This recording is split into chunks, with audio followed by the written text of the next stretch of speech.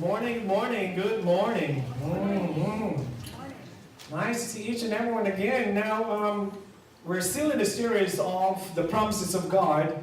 So, I know we started this in the beginning of the year, January, and then we are still doing in a series on the promises of God. The very reason why I selected, because there is nothing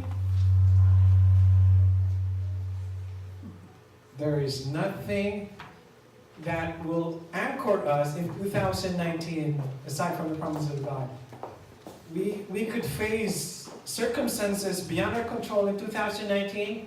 We could expect tremendous blessings as well without our expectation. Whatever it is, challenges, struggles, blessings, victory, failure, whatever it is, we have to remember, we have to have that anchored in the promises of God. Okay, is it possible if you could just turn off the monitors? Maybe the monitors are giving me feedbacks. Okay. So if you have your Bibles with you, let's open our Bibles to the passage that was just read to us. And that is Isaiah 41.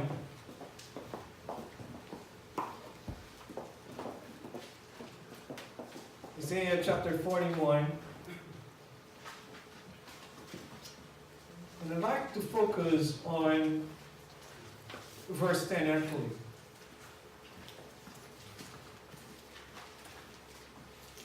The promises of God allow us to view three things, or allow us to embrace three things. One is, when we have the promise of God, it helps us to fight against sin. I repeat, when we have the promise of God, when we are facing temptation, when we are facing compromise, say, oh, you know what, just do this under the table, and it will be okay. No one will know. And this is a big amount. You could save a lot of things. You could save a lot of money if you just do this under the table. Now, we are being faced with a situation whether we are going to yield to that temptation of being dishonest, or we are just going to declare it. Now, the promise of God says that, hey, you don't have to do that. You don't have to be dishonest for you to have a blessed life. So, when we are faced by temptation, or when we are faced by compromise, the promise of God anchors us, reminding us, you know what, you don't need that deal. You don't have to compromise, because the God who calls you is the one who will provide for you. So that's the promise of God is one that reminds us that we can fight sin. Another thing about the promise of God is the promise of God encourages our heart. Oh, I love this. Encourages our heart. When we are heartbroken, when we felt abandoned, when everything seems going wrong, the promise of God lifts us up. It reminds us that, hey, it's not the end of the world. Yeah, I know. Someone left you, or you lose that contract, or you didn't get that business, or you didn't get that job, or you didn't get that promotion. Sometimes we just weaken our faith. But the promise of God, lo, I am with you till the end of time. It encourages our heart. Another thing about the promise of God, it carries us through challenges. Oh, I wish we wouldn't have any challenges in 2019. There's one thing I could guarantee, we will have challenges. We will have struggles, or we will have trials. But the promise of God will make sure that God will carry us through the challenges. If I were to ask you, what is your challenges this week? Finance, health, relationship, school, uncertainty, jobs. So whatever is the challenges, the very reason why I am preaching from the promise of God is because there's no way we could survive 2019 without embracing the promise of God. The promise of God was given in Isaiah 41. The promise of God was given in a time when they were in turmoil. When they were in so distressed, when they are so faced with so much trials and challenges. And God gave Isaiah to be a prophet, not a prophet of doom, but a but the prophet who will give them, reminding them that God is with them.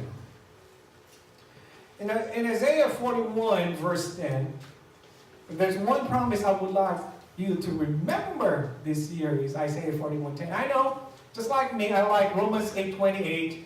For all things work together for good for those who love God. I mean, I love that promise, you know. If something went wrong, you just claim that promise. Oh, God, yes, I know, it didn't work. But all things work together for good for those who love God. And that is the promise of God in Romans 8:28. Now, there's another one last week, Romans 8:32. For I am convinced that neither death nor life, the present, the future, nor height nor depth can separate me from the love of God. So, those are also beautiful promises. Romans 8:28, Romans 8:32. Now, Isaiah 41:10. It's very short. If you have one assignment this year, is this: that you memorize Isaiah 41:10. Okay? So do not fear, I am with you. Do not be dismayed, for I am your God. I will strengthen you and help you. I will uphold you with my righteous right hand. Oh. What a beautiful promise. There are three things I would like for us to remember regarding this verse.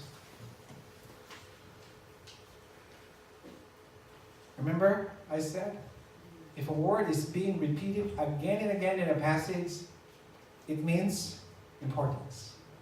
And here we will see the word, I am with you. I am your God. I will uphold you with my righteous right hand. So, what is the Bible telling us about? The first thing I would like for us to remember is the God who speaks. Okay, I repeat. It is God who speaks this verse. It is not some prophet. It is not some apostle. It's not some disciple who speaks this promise. God himself speaks the promise. Unlike many promises, God himself is speaking with an I.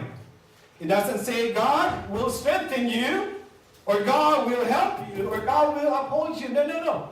The verse says here, I will strengthen you, I will help you, I will uphold you. When you recite this promise to yourself and with an echo of faith, you can actually hear the living God saying to you, I will help you. It is very personal when God says, I will help you. I will strengthen you. I will uphold you. There is this sense of God is personal. I know God is up there. But when we claim the promise of God, God became personal to us. So church, we have to remember, there are many promises in the Bible, but one thing that really strikes my heart is this. God speaks, I will strengthen you. I will uphold you. I will raise you up with my righteous right hand. So, first thing we have to remember, it is not someone who gives us the promise. It is God himself. The creator of heaven and earth. The one, just like the video, the one who makes those stars in the beginning of time. The one who causes the sun to rise and the moon to show up and all of these things. The rain to come and all of this. It is God we have to remember. It is God who gave us the promise. It's very important that the promise, nowadays, promise comes so cheap, you know? How many of us have given a lot of promises? Oh, I will be there. Pastor, I will be there till the end of time. Someone gave me that promise. A year after, he's gone. He's never... Pastor, I will be with you. I will support you. I will be with you. Oh, like with impact, you know, with emotions. And then he hugged me and said, "Oh, Pastor, you are my friend. You are my pastor, and I will be with you." A year after, I text him, hey, could you come? No, not a text, not an email, nothing at all, you know? So when someone is giving you a promise, you have to remember, promise is given on a regular basis, but the one who gives the promise is very important. Among husband and wives, among best friends, we have the best intention of our hearts, but sometimes our limitations doesn't allow us to fulfill our promise. But not God. I repeat, not God. When God says, I will help you. When God says, I will uphold you. When God says, I will strengthen you. God is the one who gives us the promise. Now, another thing I'd like for us to remember in this passage, in this verse, is aside from God who speaks to us, there are three things I would like for us to remember here. Number one, strength, help, and uphold. Do you know that all of our challenges in life, all of our trials, can be categorized in these three things? Everything can be categorized in three things: strength, help, and uphold. So number one, the God who speaks is the one who makes the promises. And second, the God who blesses. Oh, I love this. When it talks about blessings, we Christians love blessings. You know, blessings. Oh, I love blessings. Oh, I want to receive blessings. You know, blessings. I want to be there. Oh, I want a good job. I want a good promotion. I want a good business. I want a good health. Blessings. I'm there. When we speak about blessings, we want to be there. But do we really know what is the blessings of God? Two things about the blessings of God: strength, help, and uphold. Let's deal with this one by one. What is the blessing of strength? Strength when we are weak and adequate. Oh, I love this. Because there are times, it's not a question of if, it's a question of when. When you're gonna feel weak in your faith and you feel that you're inadequate, remember, God will give you the strength. How many times I have visited people in the church and I'm reminding them, I know you are in this situation, but you have to remember, God will give you the strength. Oh, Pastor, I'm just so discouraged. I'm so upset. I don't think anything is going right my way. I just have to remind the person, yes, you are in this situation right now, but you have to remember, you have to see by faith that this is not your end. That God will help you, God will strengthen you in your times of weakness and inadequate. Sometimes, I don't know if you've said it, oh, mamatay na kaya ako. Yeah. Sometimes you've said, oh, yeah.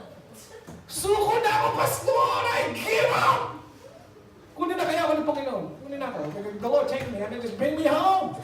Sometimes we have this notion that you want to give up and just say, oh, Lord, just take me home. Because this is just unbearable. And then you ask, what is unbearable? Yung coach kasi, I won't start. Sometimes the petty things in our lives, it just irritates us, you know. Church, yes, there will be time of weakness. I repeat, there will be time of weakness. But you will not be at your best. That you will say things that you will regret later. Or you will make decisions that you hope that you did not make the decisions. There will be times of weakness, and there will be times of inadequate. Yes, and that is the reality of life. There will be times that we will be weak, and there will be times that we will feel inadequate, but the strength of God will always be there. One good thing about the strength that God will give us, not only God will cover our inadequacy, but God will lift us up and bring us into a place of blessings. See, there's one thing that God will strengthen us, and then there's another another dimension of the blessing of God is God will make sure that what we have lost, God will make sure that we recover that in the coming days. I don't know if you read the life of Job. I mean, Job for the past 7 years, I mean, it was all struggles. It was just lost. I mean, Job lost children, lost his family, lost his business. Imagine the farms, the cattle, the sheep, the servants, the house, the mansion, everything just crumbled down. What did Job say? God has given, God has taken. Wow. But one good thing about, ito pa, one more thing. At the peak of Job's struggle, who was with him? The wife. Alam ko, God is with Job, but there's another one. The wife was with Job. And you know what happened? What did the wife said to Job? Job, ano ba nangyayari sa buhay? Look at what's happening in your life. You're like accursed. You lost your sons, you lost your daughters, you lost your business, you lost your house, even your health, you lost it. You know what? Why did you curse God and die? Ano rin yung sabihin niyo, asawa? The very last person in your life will give you, why did you curse your God and die, Job? Oh my goodness. I just hope and pray. I know yung mga asawa natin. Don't let our husband or wife be mad. Oh, church. But one good thing about Job, at the end of the struggle, whatever Job lost, he gained at the end. Yes, he lost kids, but God blessed him with more kids. Yes, he lost 500 sheep, but he gained 1,000 more at the end. Yes, he lost his house, but he built a bigger house. You know what? All of these things. Well, the story did says that nandun pa rin yung asawa. His wife is still there towards the end. But that is the grace of God. The grace of God in time of weakness, in time of inadequate, God will also strengthen you. Wow. See? Now, another one. The promise of God, the blessings of God, help in times of need. Wow. Help in times of need. Oh, I love this because there will always come a time that we will need help from the Lord. I know some of us here are facing insurmountable challenges. We don't know where we are. We simply cannot. We wish we could do something, but we cannot do anything. And that is the help from God. So, the promise of God is help comes in times of need. There's a phone-in question. Could you answer that? Is there a phone-in question? Okay. I will try to answer that question. Anyway, help in time of need. Okay, there is a help in times of need.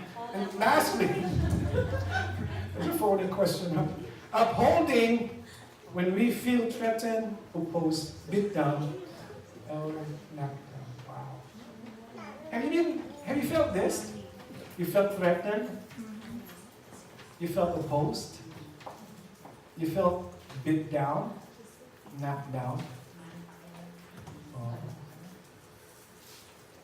At least Manny Pacquiao, he felt beat down and knocked down. At least he has $1 million. That's okay. He wants to be 1 million, 2 million, 3 million. That's fine. That's fine. 4 million, 5 million, 6 million. That's fine. But sometimes I ask, what about us? We get threatened, we get opposed, beat down, knocked down. We didn't get anything. They even took something from us. That's the horrible thing is, we're already knocked down, beat down, and yet they still take something from us. And at the end, they still make fun of us. You know what? What is the promise of God? I will uphold you. I will never forget you.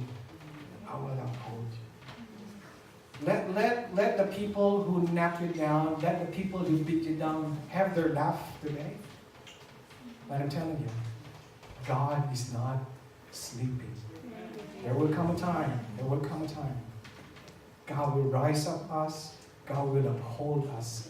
And everyone who knock us down, who oppose us, who threaten us, will have their days. Church, it's not for us to take revenge against these people. No. Revenge is mine, says the Lord. Let them have their laugh. Let them have their laughter right now. But there will come a day. God will make sure that we have our days. That's what it meant when God says, uphold me when we feel threatened. Okay. So the God who speaks, I will. And the God who bless, help, strength, uphold, is the God who promises. Ooh, I love this. The God who promises. The question I have this morning is, Pastor, how do I receive that promise from God? Wow, that's an amazing promise. Do not be dismayed. Do not fear, for I am with you. I will be with you. I will help you. These are beautiful promises. The question is, how do I receive this promise? Before we receive the fulfillment of God's promise, we first have to receive the promise in the first place. Okay. The promise is there. The biggest question is, how do I receive that promise from God? Okay. That took me a while to read, to study, to how do we receive that promise? It just boils down into one thing. Live our life for God and in relationship with Him, and not about impressing other people. I repeat. In order for us to really receive the promise of God, live our lives and establish and draw a close relationship with God, and not about impressing other people. Draw closer to God even when no one notices us. My devotion, one of my devotion, I read the life of David. You probably know David. You know David, before he became king of Israel, he wasn't a regular guy. He was just an ordinary guy. He was the youngest of the 8 brothers. He was the youngest. He was always in the field. He doesn't do. He's not part of the party and everything. He was just there in the field. He takes care of the sheep. He takes care of them. And he just, once in a while, he sings for God. Once in a while, he fight the bears and the lions. Once in a while, he's just there. He just want to draw a closer relationship with God. And that's David. And one day, God appointed the next king of Israel. And God appoints who? David. So, the promise was given to David. David, you will be the next king of Israel. And then David said, "Oh, me? I'm just a kid. Remember Joseph? When Joseph see the visions that the sun and the moon and stars bow before him, he was so excited about what would happen to his life. But you know what? It didn't happen the way he expected. Sometimes the promise is given to us, but it will be fulfilled in a manner that we don't expect. So, the first thing we have to remember is that, I'm going to the application right now, is that we have to draw a closer relationship with the Lord. Draw a closer relationship with God. We do volunteer work and do a host of other things to try to impress the right people, convincing ourselves that if the people are happy and impressed, then God must be impressed with us also. That is wrong. I repeat. We don't do volunteer work. We don't do a host of other things to impress the right people. We do these things so we could draw and create a better relationship with God. we do things. We serve in the church. We are usher in the church. We sing in the praise team. We play the instrument. We do all of these things not to impress other people. Oh, I want to do this so it could help me. Or I want to do this so I could impress my parents. I want to do this because no! Stop that! Stop it! You are serving because you want to have a relationship with God. And that's how we draw the promise.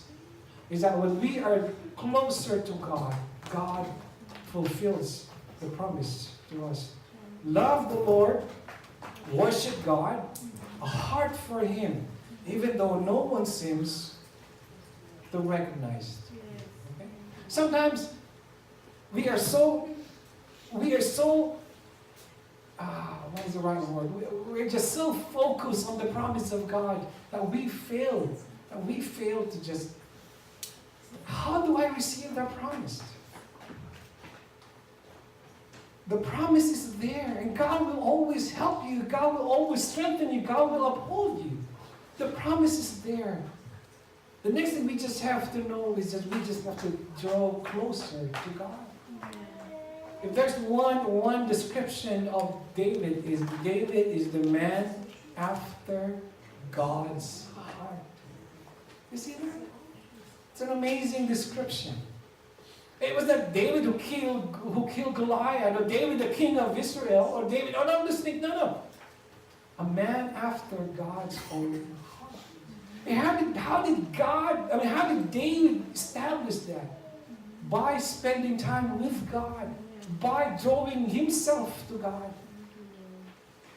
I mean, he didn't impress anyone because in the field there's no one to impress. I mean, if you're a shepherd, people will not be with you. You know what? Number one, because you stinks. The shepherd back then, they stinks. You know, they're just so raw. You know, just so raw. But he's still doing that because he wanted to draw a closer relationship with God. So do things, church. So do things to draw closer to God. God is looking for those who love Him more than His benefits. Are we doing this so God will bless you all the more? I'm telling you these things, church, so we will experience the promise of God.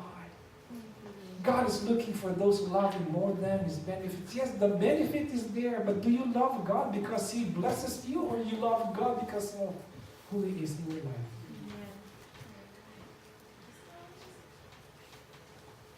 The key to receiving a promise from God is relationship. And it is relationship that is not self-serving, that is based out of a desire to be with God just for the sake of being with God. Just spend time with God. Just spend time with God. Get to know God. You read the Bible, you pray, you join church, fellowship. Huwag naman yung puro eating and eating, ha?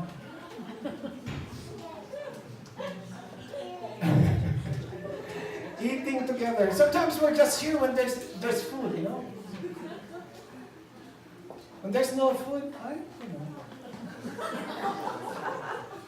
Oh, prayer meeting! Oh, prayer time. We need prayer. Ay, walang food.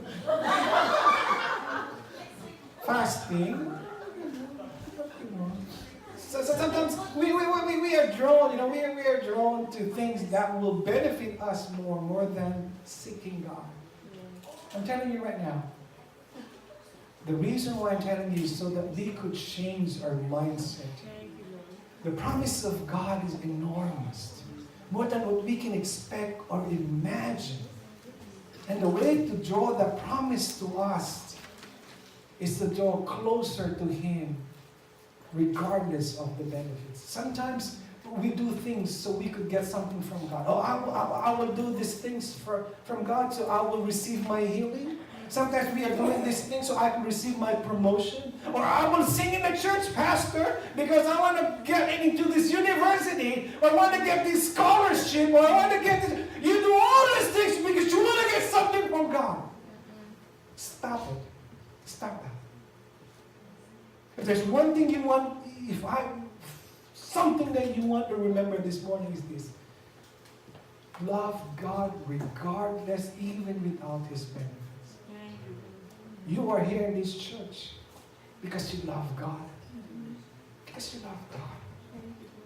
And that's the promise. I will uphold you. I will strengthen you. And I will help you. All must be